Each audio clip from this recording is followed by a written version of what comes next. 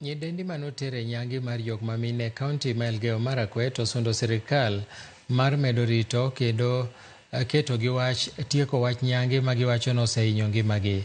Gidwaro ni jogo matimo nyangi ni mondo kawnegi ondamo mager mar chik ni mar kata bed ni time tok chik to thoth gwenge ma pacho ka pod tero nyiri nyangi. Ne giwuoyo e romo ma kanyakla mar medo kedo gi nyangi mar jok manyiri e gwenge ma Elgeyo Marakwet, romo manobagi e boma ma Iten. It was actually something.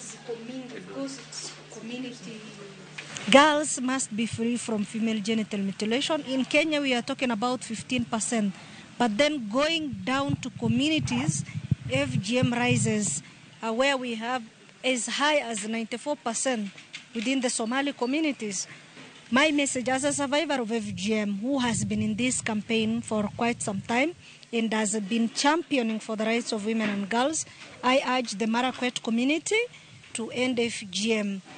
And this is for their own good, because it is a real transformation and it is for the benefit of both women and girls.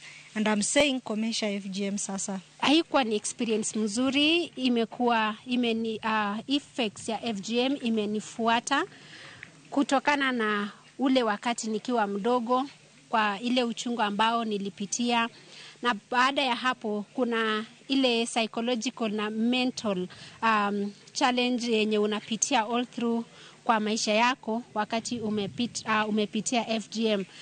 Na kama viongozi wa kidini tunaungana pamoja kukemea na pia kukataa jambo hili la ukeketaji, kwa sababu si